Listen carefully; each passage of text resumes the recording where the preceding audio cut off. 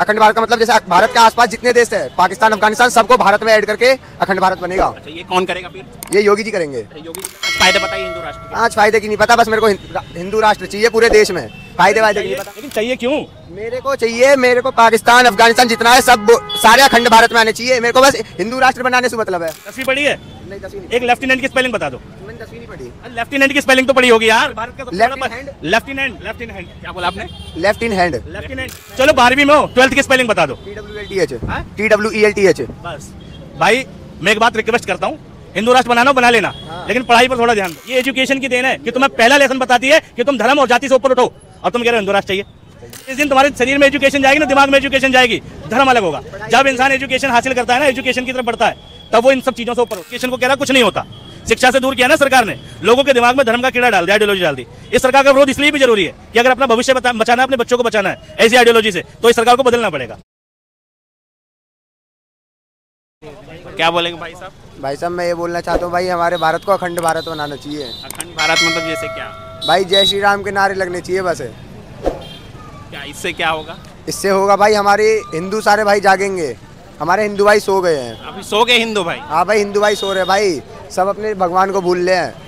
हम हिंदू है भाई, गर्व से कहना चाहिए कि हम हिंदू है। और इसके लिए भाई योगी जी को हमारा प्राइम मिनिस्टर बनाना चाहिए। अखंड भारत मतलब मैं नहीं समझा, क्या अखंड भारत? कितने लोग भाई होंगे? कितने अखंड भारत का मतलब जैसे भारत के आसपास जितने देश है, पाकिस्तान, अफगानिस्तान, सबको भारत में ऐड करके अखंड भारत बनेगा। अच्छा, ये कौन करेगा फिर? ये योगी जी करेंगे। अच्छा, योगी जी कर देंगे या अफगानिस्तान पाकिस्तान एक साथ? क्या बोलेंगे भाई सही पे? क्या बोलना चाहते हैं वो समझ में नहीं आया। अखंड भारत बनाना चाहते हैं। अखंड भारत बनना चाहिए। अखंड भारत, फिर उससे आपको क्या मिलेगा? योगी जी बनाएंगे हमारे राम जी के लिए। उससे क्या होगा? उससे होगा कि पूरी दुनिया में बस देखो ये जो है, हाँ हम हिंदू है। अच्छा, क्या होता है हिंदू साहब? हिंदू कट्टर हिंदू नजर में हिंदू का क्या मतलब? कट्टर हिंदू क्या मतलब है हिंदू का? मैं बता रहा हूँ, मैं इंस्टाग्राम चलाता हूँ जैसे, तो उस पे बहुत सारे मोमडन्स को देखता हूँ, जैसे भगवान की मूर्ति हुई, राम जी की हुई, भोलेनाथ की, उनको तोड़ देते हैं। अच्छा, तो वो चीज गलत है, तोड़ देते हैं। मैंने कई सारी रील्स में देखा है। चलो फिर उस पर तुम क्या करते हो? पुलिस की कार्रवाई क्या करते हो? कंप्लेन लिखवाते हो उनकी? कंप्लेन जब सर उनकी लोकेशन पता रहेगी जब तो जाएंगे वहाँ पे। ये देश में पुलिस है, बिल्कुल कानून है। हाँ बिल्कुल है। तो पुलिस भी योगी जी की सरकार है, हाँ, जाहिर बात पुलिस एक्शन ले सकती है। तुम्हारे एक आदमी के कंप्लेन करने पे भी ले सकती है। हाँ। अच्छा, तो फिर उसके लिए फिर ये हिंदू राष्ट्र वगैरह की क्या फिलोसफी है? जब लॉ एंड ऑर्डर चल रहा है, देश संविधान से चलता है, कानून की नज़र में सब बराबर हैं, किसी का भी गलत है, किसी भी धर्म का हो, चाहे हिंदू का मुसलमान करते, मुसलमान का हिंदू करते, सबके खिलाफ कार्रवाई होनी चाहिए। तो फिर हिंदू राष्ट्र की जरूरत क्या है और क्यों चाहते हो? क्या मतलब है हिंदू राष्ट्र का? सुकून के लिए। क्या फायदा होगा? सुकून? क्या सुकून मिलेगा? जैसे सुकून के लिए, दिल का सुकून। कैसे दिल का सुकून है? बस सब राम का नाम लेंगे, उसमें ही सुकून है। क्या होता है? किसे कहते हैं हिंदू?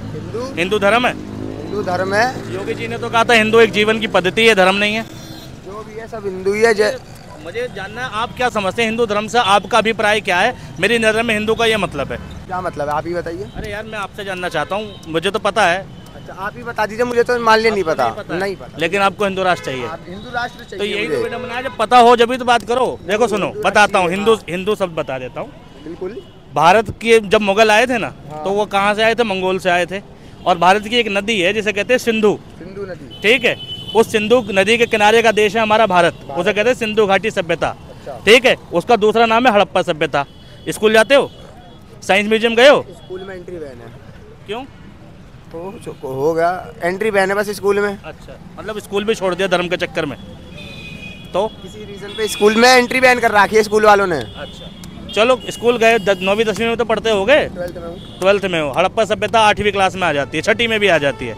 साइंस म्यूजियम के पहली एंट्री पे लिखा हुआ हड़प्पा सभ्यता, इंडस वैली सिविलाइजेशन। सिंधु घाटी सभ्यता, जो भारत की सभ्यता सबसे पुरानी सभ्यता, वो सिंधु घाटी सभ्यता है। और सिंधु का जो फारसी ट्रांसलेशन है, जिसकी जो उर्दू भाषा की लिपि है, सिंधु भाषा को फारसी में, उर्दू में हिंदू कहते हैं, ठीक है? सिंधु की जो ट्रांसलेशन है, सिंधु का फारसी ट्रांसलेशन हिंदू है। तो मुगलों ने नाम दिया था हिंदू। और क्यों कहते हैं? जीवन की पद्धति है हिंदू। सिंधु घाटी सभ्यता, हिंदू घाटी सभ्यता क्या है? मिट्टी के बर्तन बनाना, मिट्टी की मूर्तिकारी चीज़ों की पूजा करना, हर प्राकृतिक चीज़ की उपासना करना। ये एक आइडियोलॉजी है, जीवन जीने का तरीका था इस देश के लोगों का। बस हिंदू कर सकते हैं, हिंदू नहीं कर सकते। सुनो मैंने जो कहा, ये क्या है? भारत की एक आइडियोलॉजी है, जीवन पद्धति है, ये धर्म नहीं है।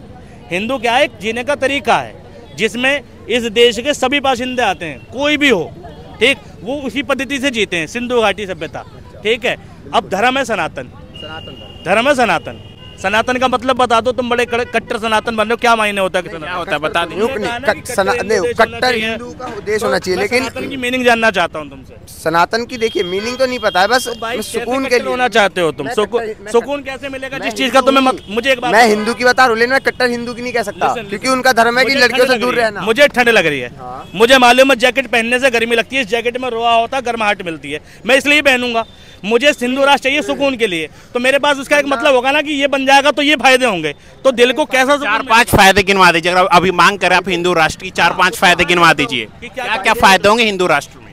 फायदे ये होंगे, देखिए जैसे कि जो इंस्टाग्राम पे तो मतलब लड़के है मोमडन्स है, वो नहीं, वो जो इंस्टाग्राम पे मतलब हमारे किसी भगवान की इंसल्ट करते हैं, वो गाली वाली देते हैं। हिंदू होने से ठीक होगा, ये लॉ एंड ऑर्डर ठीक होने से होगा? कानून पुलिस ठीक करेगी ना, ये पुलिस ठीक करेगी, ये सारी चीज ठीक होनी चाहिए। तो पुलिस का प्रशासन ठीक होना चाहिए, उसमें धर्म का रोल कहाँ से आ गया? पुलिस अपने सही तरीके से काम करे, पक्षपात ना करे, उसमें हिंदू मुस्लिम कहाँ से आ गया साहब? नहीं, हिंदू मुस्लिम। अच्छा, आप मांग रहे हैं हिंदू राष्ट्र छोड़ के 5 फायदे बताइए हिंदू राष्ट्र के। 5 फायदे की नहीं पता, बस मेरे को हिंदू राष्ट्र चाहिए पूरे देश में, फायदे वायदे की नहीं पता मेरे को चाहिए। मैंने पूछा ना सनातन, हिंदू राष्ट्र मैंने बता दिया, हिंदू राष्ट्र ऑलरेडी है, क्योंकि सिंधु घाटी के किनारे रहते हैं, सिंधु की फारसी ट्रांसलेशन हिंदू है, जीवन जीने का तरीका है हिंदू। तो मुझे ये बताओ, सनातन धर्म है, सनातन के फायदे बताओ ना यार। आप बता दो फायदे नहीं पता मेरे को, तो बस मीनिंग बताओ आप मीनिंग से मिलेगा। मेरे को हिंदू राष्ट्र चाहिए बस। तो एक बात बताओ, सुनो तो ही, वो तो ठीक है यार, अच्छा लग रहा तुमसे मिलके, लेकिन चाहिए क्यों? मेरे को चाहिए, मेरे को पाकिस्तान अफगानिस्तान जितना है सब सारे अखंड भारत में आने चाहिए, मेरे को बस हिंदू राष्ट्र बनाने से मतलब है। तो क्या फायदा होगा भाई? अभी क्या दिक्कत है? नहीं है, फायदा नहीं चाहिए मुझे। 12वीं क्लास में हो? फायदा तो सरकार वैसे भी कुछ अच्छा, हमारा 12वीं क्लास में हो, इंग्लिश भी पढ़ते हो? इंग्लिश पढ़ते हो? इंग्लिश नहीं तुम्हारे सिलेबस में? 10वीं पढ़ी है? नहीं, 10वीं नहीं। एक लेफ्टिनेंट की स्पेलिंग बता दो। मैंने 10वीं नहीं पढ़ी। लेफ्टिनेंट की स्पेलिंग तो पढ़ी होगी यार, भारत का सबसे बड़ा लेफ्टिनेंट। लेफ्टिनेंट क्या बोला आपने? Left in hand. लेफ्टिनेंट एक सेना का बहुत उच्च पद होता है, लेफ्टिनेंट की स्पेलिंग बता दो। चलो 12वीं में हो, 12th की स्पेलिंग बता दो। TWELTH। बस भाई, मैं एक बात रिक्वेस्ट करता हूँ, हिंदू राष्ट्र बनाना हो बना लेना, लेकिन पढ़ाई पर थोड़ा ध्यान दो। जिस दिन तुम्हारे शरीर में एजुकेशन जाएगी ना, दिमाग में एजुकेशन जाएगी, धर्म अलग होगा। जब इंसान एजुकेशन हासिल करता है ना, एजुकेशन की तरफ बढ़ता है, तब वो इन सब चीजों से ऊपर उठता है। इन सब चीजों से ऊपर उठो। क्या बोले? पढ़ाई करके कुछ नहीं होगा, कुछ एजुकेशन से कुछ नहीं मिलता। तुम्हारी डिमांड होनी चाहिए भाई, कुछ नहीं होता भाई, कुछ नहीं होता। क्या बोलेंगे? बहुत सारे बंदे देखे कह रहे पढ़ाई करके भी बहुत सारे बंदे जो बेरोजगार बैठे हैं, पढ़ के भी बंदे बेरोजगार बैठे रहते हैं। और पढ़ के कामयाब कितने? परसेंटेज लगाओगे, अगर 100 में से 100% लोग पढ़े लिखे हैं, तो मैं गारंटी देता हूँ अगर वो पढ़े हैं तो 100 में से 90% कामयाब है, 10% किस्मत से फेल है। लेकिन अगर अनपढ़ हैं तो 100 में से 90% फेल है, 10% बाई किस्मत पास है। ठीक है, 90% पास तो हो जाते हैं, लेकिन उसमें से 90% में से जो ना 90 के 90 रोजगार नहीं ले पाते। कोई महत्व नहीं। तुम्हारे माँ बाप ने गलती करी तुम्हें स्कूल में डाल के, ये कहना चाहते हो? एजुकेशन क्यों जरूरी है? एजुकेशन जरूरी है, बंदा बेवकूफ थोड़ी रहेगा। क्यों जरूरी है एजुकेशन? अब एजुकेशन जरूरी है, पढ़ाई में अपना फ्यूचर बंदा सुधारता है एजुकेशन से। एजुकेशन चाहिए सभ्यता के लिए। जब हम स्कूल जाते हैं ना बाबू, सुनो, ये तुम्हारे स्कूल में ड्रेस है, ड्रेस होती है ना स्कूल के अंदर, स्कूल में जाते हो एक ड्रेस कोड होता है कि सब बच्चे एक ही ड्रेस में दिखेंगे, और ड्रेस को पहनने के बाद पता क्या होता है? सबसे पहली चीज उठती है कि हम जाति धर्म से ऊपर उठते हैं। तुम हिंदू हो तो भी वही ड्रेस है, मुसलमान हो तो भी वही ड्रेस है, ब्राह्मण हो तो भी वो ड्रेस है। तो वो ड्रेस हमें आपस में बराबरी का दर्जा देती है। ये एजुकेशन की देन है कि तुम्हें पहला लेसन बताती है कि तुम धर्म और जाति से ऊपर उठो। और तुम कह रहे हो हिंदू राष्ट्र चाहिए, तुम स्कूल में जाके कह रहे हो हिंदू राष्ट्र चाहिए, तो तुमने एजुकेशन हासिल नहीं करी यार। स्कूल नहीं जाता बाबू, बहुत गलत बात है, फिर तो तुम स्कूल नहीं जाते। जान नहीं देते ना, ऐसे लक्षण रहेंगे तो क्यों जाने देंगे? अच्छा, आप बताइए, आप हिंदू राष्ट्र मांग कर इधर आइए, क्या फायदे होंगे? 4-5 फायदे बता दीजिए। फायदे कल बूझ का बता दूंगा, फायदा ना पता। हाँ, नोट कर लेंगे। अभी तो पेपर देखा है, सारी बुद्धि पेपर में लगा दी। सारी बुद्धि पेपर में लगा दी। क्या बोले? विनाश काले विपरीत बुद्धि। जय श्री राम भाई। और बोलोगे क्या है ऐसे आदमियों को? वो कह रहा है कि एजुकेशन का कोई मतलब नहीं है, पढ़ाई लिखाई से कुछ नहीं होता। उस आदमी से क्या है मतलब? देखो इस सरकार ने क्या किया, ये उपलब्धि है कि मानसिक रूप से देश को अपाहिज बना रहे हैं। अगर एक 15-16 साल का बच्चा एजुकेशन को कह रहा कुछ नहीं होता, शिक्षा से दूर किया ना सरकार ने, लोगों के दिमाग में धर्म का कीड़ा डाल दिया, आइडियोलॉजी डाल दी। इस सरकार का विरोध इसलिए भी जरूरी है कि अगर अपना भविष्य बचाना है, अपने बच्चों को बचाना है ऐसी आइडियोलॉजी से, तो इस सरकार को बदलना पड़ेगा। विकास, डेवलपमेंट, ये सब बात की बातें हैं। सबसे पहले आपका कैरेक्टर ठीक होना चाहिए। देश को हिंदू मुस्लिम के झगड़े में उलझाने वाली सरकार, देश को जाति संप्रदाय में बांटने वाली सरकार, देश का विखंडन करने वाली सरकार, देश के क्या कहते हैं, वो कन्हैया कुमार ने एक नारा लगा दिया जी, वो भी फर्जी नारा था, वीडियो फर्जी था कि भारत तेरे टुकड़े होंगे। ठीक, असल टुकड़े क्या होते हैं वही मोदी सरकार कर रही है। मोदी सरकार ने इस देश को जगह जगह पंथ निरपेक्ष, पंथ धर्म में, जाति समुदाय में बांट दिया। हर आदमी अपने, मैं अभी पहले, इससे पहले नहीं मिलता था जय राजपूताना, जय ब्राह्मण, ठीक है, वह भीम आर्मी, ये इस सरकार से पहले क्यों नहीं मिल रहे थे 2014 से पहले देखने को। किसी को दलित होने पे गर्व है, किसी को अम्बेडकरवादी होने पे गर्व है, किसी को ब्राह्मण होने पे गर्व है, किसी को राजपूत होने पे गर्व है। 2014 से पहले दिखाओ मुझे ऐसा कुछ था तो नहीं था ना। किसी को हिंदू होने पे गर्व है, गाड़ियों पे हिंदू, गाड़ियों पे सैफी, गाड़ियों पे अंसारी, ठीक है, गाड़ियों पे ब्राह्मण, क्यों है इन चीज़ों की जरूरत। देश में लिखो ना, अगर तुम लिख सकते हो लिखो शिक्षित राष्ट्र, लिखो शिक्षित, ठीक है, आगे अपना नाम लिखो, शिक्षित अनुज कुमार, शिक्षित अभिषेक। जिस दिन इस देश के लोग जाति धर्म की जगह शिक्षा लगाएंगे ना अपने आगे, उस दिन बात होगी।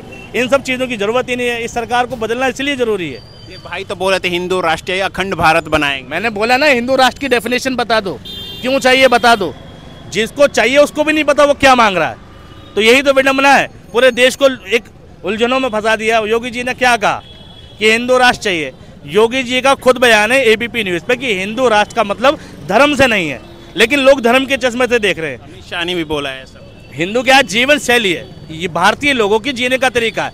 तुम देखते हो हिंदू धर्म में भजन है, ठीक है, मुसलमान धर्म में कव्वाली है, वही ढोल है, वही हारमोनियम है, वही मजीरा है, गाने का तरीका बदल गया लेकिन है तो ताल वही ना। एक बहुत अच्छा भजन वायरल हो रहा है, ये चमक ये धमक फुलवन में महक सब कुछ सरकार तुम्हीं से। ये भजन भी है, गूगल पे कर लेना, ये भजन भी है, ये कव्वाली भी है, ये नात भी है, नजम भी है। ये मुस्लिम धर्म में भी चलती है, हिंदू धर्म में भी चलती है, ठीक है, और दोनों तरीके से चलती है। लोगों को अगर नहीं पता हो तो सर्च करो, ये चमक ये धमक ये फुलवन में महक, इसको आगे डालना कव्वाली तो तुम्हें कव्वाली भी मिलेगी, इसको डालना भजन तो भजन भी मिलेगा। सबसे पहले विनोद अग्रवाल ने गाया था, ठीक है, और उसके बाद यही तो हिंदू धर्म की आइडियोलॉजी कि मुसलमान भी उसी तरीके से अपने प्रे कर रहा है। कहते हैं वो अजमेर में एक दरगाह है, ख्वाजा मोइनुद्दीन चिश्ती जब आए थे तो सबसे पहले उस आदमी ने कहाँ नमाज पढ़ी अपनी, एक मंदिर के आगे पढ़ी, ठीक है, क्यों, और फिर उन्होंने देखा कि यहाँ के लोग अपने धर्म को ऐसे मानते हैं तो वहाँ से कव्वाली की प्रथा आई। ठीक, अभी अमीर खुसरो कौन है, देश का पहला नज़म लिखने राइटर, उर्दू जबान का स्टार्ट करने वाला, उसने क्या किया, भजन स्टाइल में कव्वाली चालू करे। तो धर्म में कोई विभेद नहीं है, हिंदू मुसलमान का कोई झगड़ा नहीं है, सिर्फ ये नेता बदलने चाहिए। इन चंद नेताओं ने देश का माहौल ख़राब कर दिया, फिर वो चाहे कोई भी हो, ठीक है। देश के माहौल को सुधारने के लिए बदलाव जरूरी है, देश के माहौल को बदलने के लिए बदलाव जरूरी है, ठीक। अब ये देश तय कर ले कि उसे एजुकेशन चाहिए या हिंदू धर्म चाहिए, ये देश तय कर ले कि उसे रोजगार चाहिए या हिंदू धर्म चाहिए, ये देश तय कर ले उसे स्कूल चाहिए या मंदिर चाहिए।